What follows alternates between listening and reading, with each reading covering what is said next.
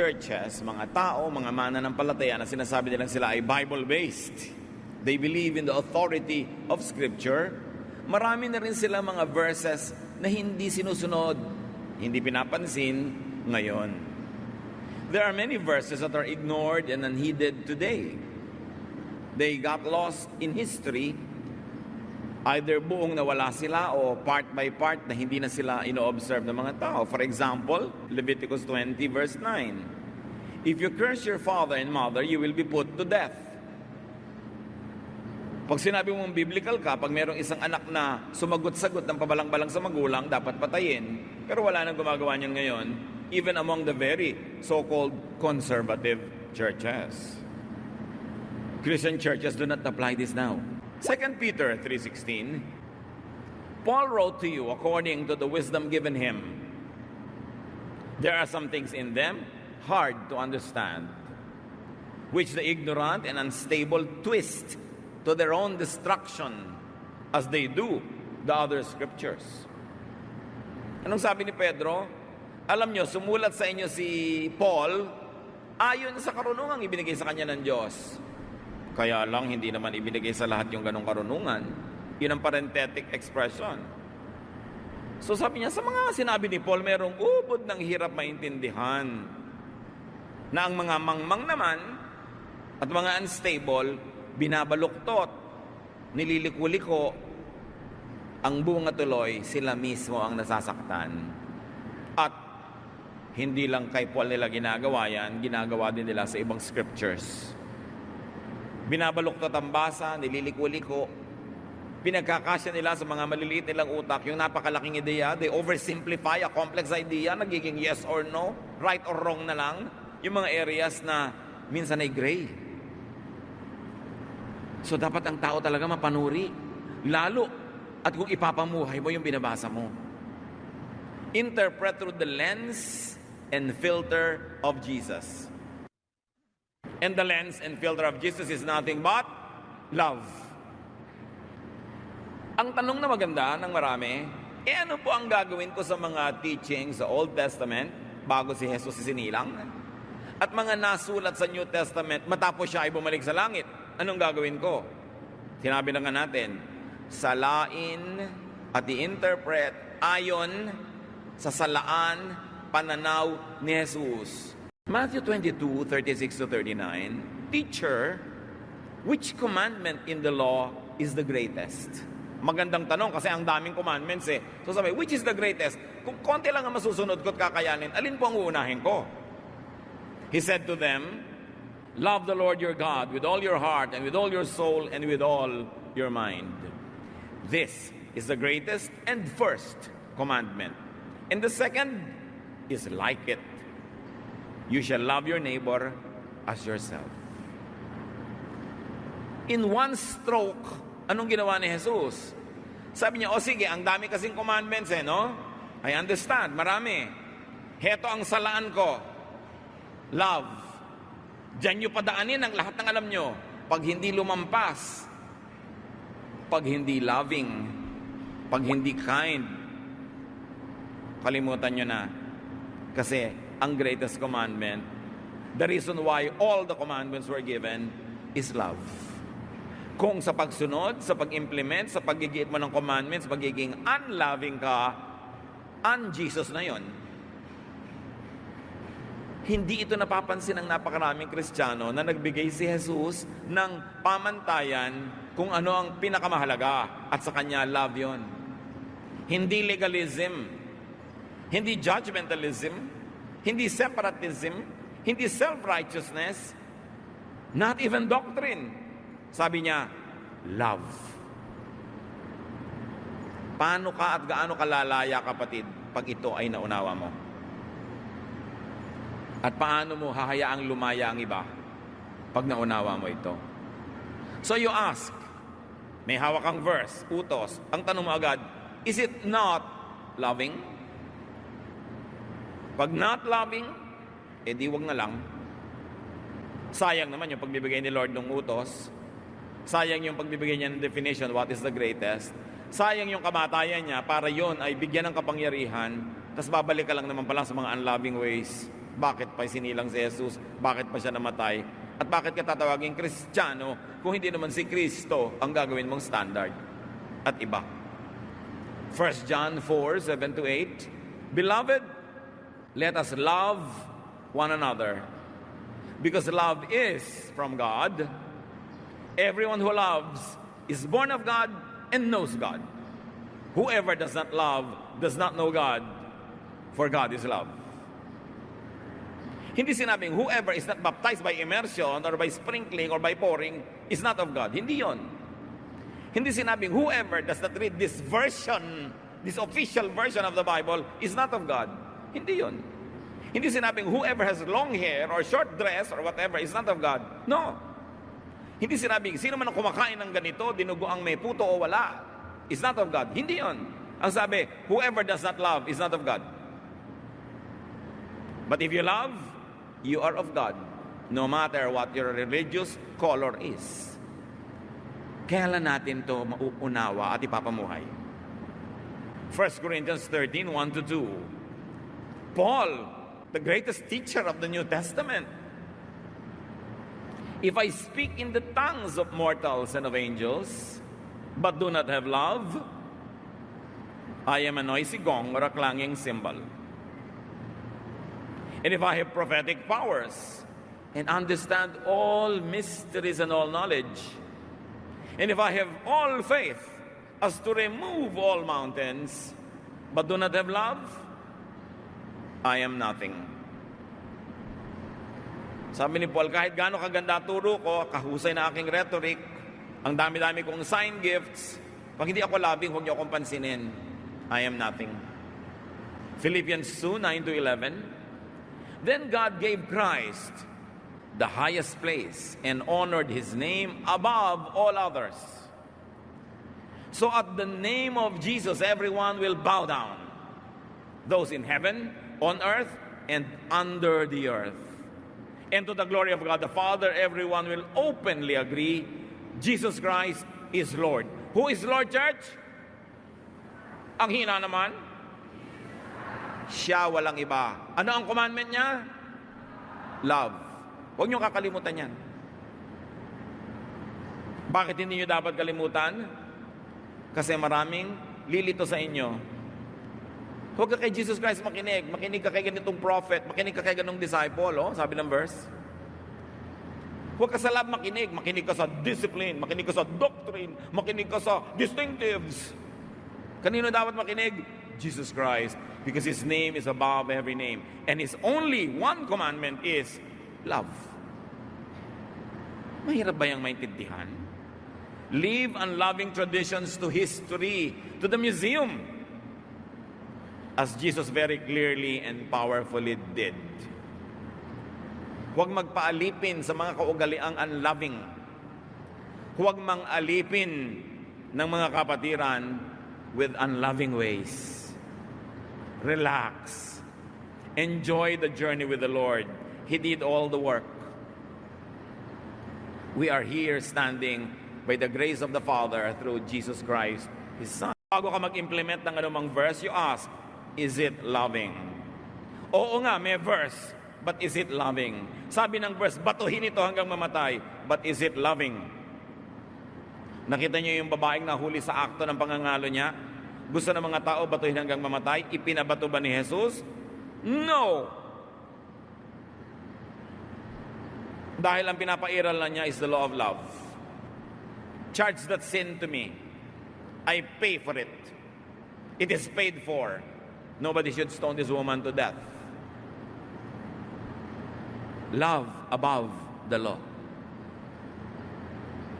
So bago kayo mag-meeting para litisin ang isang tao na sa tingin nyo makasalanan, you say, is it loving to do that?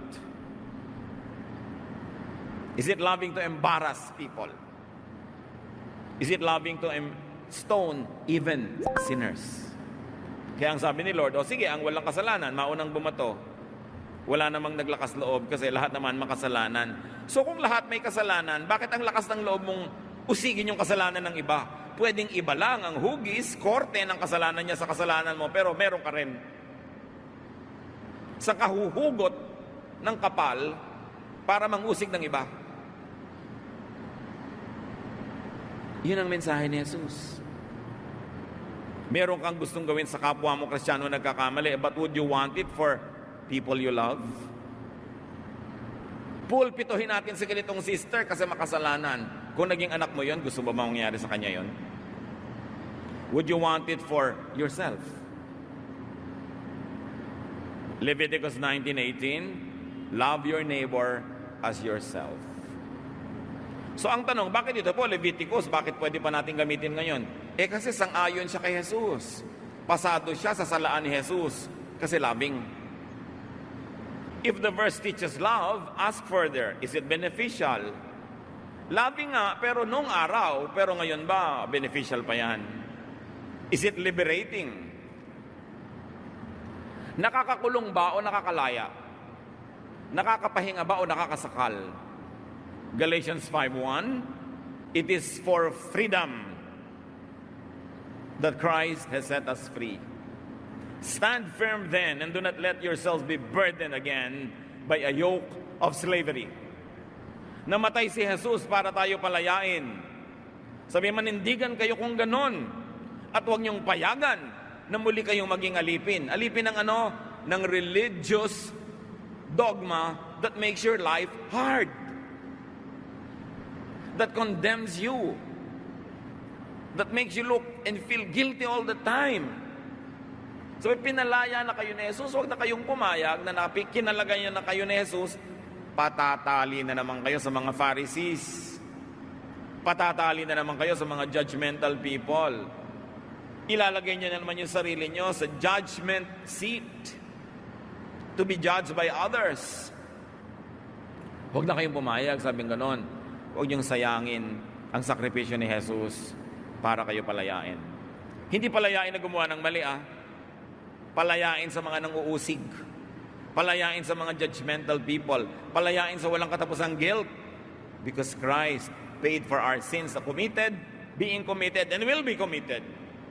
Because Jesus is Lord yesterday, today, and tomorrow.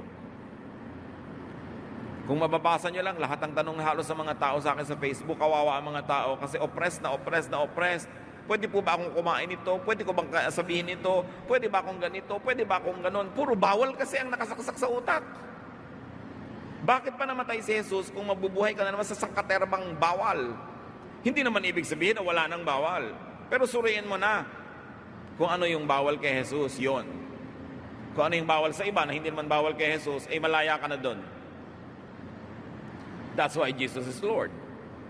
John 8:32, then you will know the truth, and the truth will set you, church, free. Hindi licentious, Hindi may lisensya kang gawin lahat ng mali. Free ka na gumawa ng tama, at free ka from a life of guilt and accusation because Christ paid for your sins. Sasabihin ng iba, di po yung iba abuso. I don't think so. Sa laki na lang ng pagmamahal mo kay Jesus at pagtanaw ng utang na loob, magpapakatino ka. Pero hindi ka nagpapakatino dahil sa sasabihin ni Manang ganon o ni Manong ganon.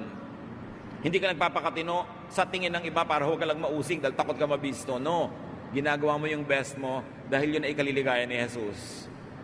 Pero alam mo na lahat ng hindi mo maabot dahil may pagkukulang ka, kung minsan ay mahina ka, lahat yon inabot ni Jesus, binayaran, pinatawad, inilibing sa lalim ng dagat at minamahal ka hanggang ngayon. Huwag mong kakalimutan yon. Don't live in guilt. Guilt is hell. People who live in guilt live in hell, and that hell is in their hearts.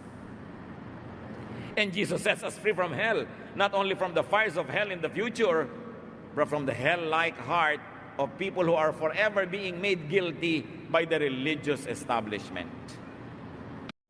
Trabaho ni Satan yan. Alam niyo ba, Satan is the accuser? To accuse anyone is the work of the devil, not of Jesus.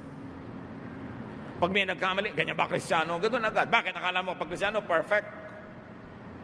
Perfect ang legal status because Jesus paid for our sins.